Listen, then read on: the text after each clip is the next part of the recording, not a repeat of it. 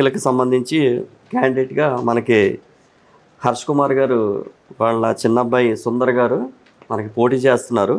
దాంట్లో భాగంగా మన కాలేజీలో ఈరోజు అవగాహన సదస్సు కింద ఏర్పాటు చేయడం జరిగింది.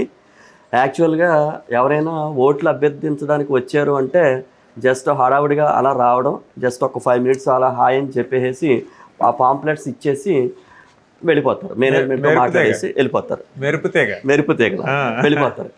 కానీ ఈయన నేచర్ ఆ విధంగా లేదు. ఫస్ట్ ఏంటి పాంప్లెట్స్ ఇచ్చేస్తున్నారో జస్ట్ అలా వచ్చి హాయ్ అని చెప్పి వెళ్ళిపోతారేమో అని అనుకున్నాను. కానీ ఆయన ఏదైతే పాంప్లెట్లో ఇచ్చారో ఆ ప్రతి దాన్ని కూడా మనం క్లాస్లో చెప్పేదానికన్నా ఎక్స్ట్రాగా ఎక్స్ప్లెయిన్ చేశారు. ఆ విషయంలో అయితే మాత్రం 100% సాటిస్ఫైడ్. ఇక్కడ మనం సాటిస్ఫై అవ్వడం కాదు, అతన్ని మనం ఒక అభ్యర్థి కింద మనం ఏంటంటే అతన్ని మనం గెలిపించగలగాలి. గ్రాడ్ ఆల్రెడీ నిన్న ఈవినింగ్ సార్ వస్తారని మన ప్రిన్సిపాల్ గారు చెప్పినప్పుడు అక్కడ మనం కూర్చున్నప్పుడు ఈ విషయం నేను మీ అందరితోటి ముందే చెప్పాను. ఏంటంటే హర్ష్ కుమార్ గారు వాళ్ళ అబ్బాయి పోటీ చేస్తున్నారు, నేను ఆల్రెడీ ఫేస్బుక్లో చూశాను, మామూలుగా వస్తున్నాయి. సో కాబట్టి అతను ఒక క్యాండిడేట్ కింద ఉంటున్నారు. సో కాబట్టి అతనికి రెస్పాన్స్ అయితే మాత్రం ముందుగానే అంటే ఎలక్షన్ రూల్ స్టార్ట్ అవ్వకుండానే వచ్చేసింది.